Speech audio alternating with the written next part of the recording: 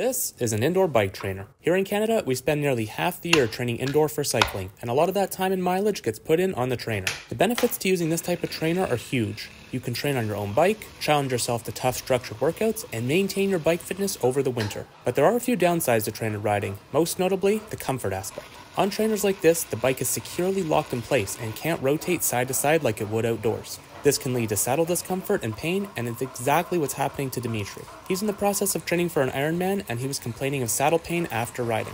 His fit's already pretty good, and he has no issues riding outdoors, so we tried something else to relieve the pressure that he's been feeling.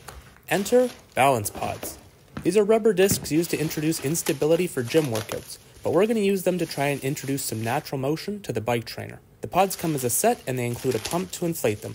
They were only around $20 on Amazon, and they come in a few different shapes and sizes. I'll link below to the ones we used in the video. We picked out 4 pods to use, unwrapped them, and did a quick check of the pressure to make sure they were all the same. One was a little soft, so we had to inflate it to the same pressure as the others, and then we moved on to putting them directly under the feet of the trainer. The idea with this was to allow the trainer and bike to wobble side to side with the rider, and in turn allow natural saddle movement and increase comfort. These pods aren't specifically designed for this, but they are strong enough to hold the weight of the bike and rider. With all 4 pods in position, you can now see how much motion these allow for. The pods were ready to be tested, so we got Dimitri back on the bike to try these out.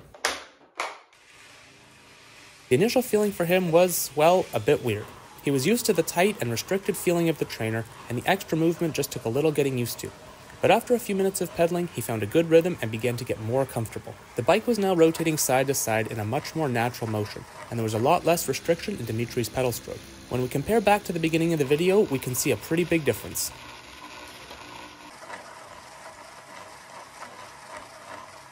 The side-to-side motion allows for small micro-adjusting on the saddle, which in turn reduces pressure on a single spot while sitting. I had Dimitri test these out for the following couple weeks, and his overall results remained positive. It wasn't a huge change to get used to and resulted in a positive improvement for his comfort. There was one instance of the pod moving out from under the foot of the trainer, so this is something to watch out for. But overall, these pods worked incredibly well, and for the cost, they are definitely worth a try.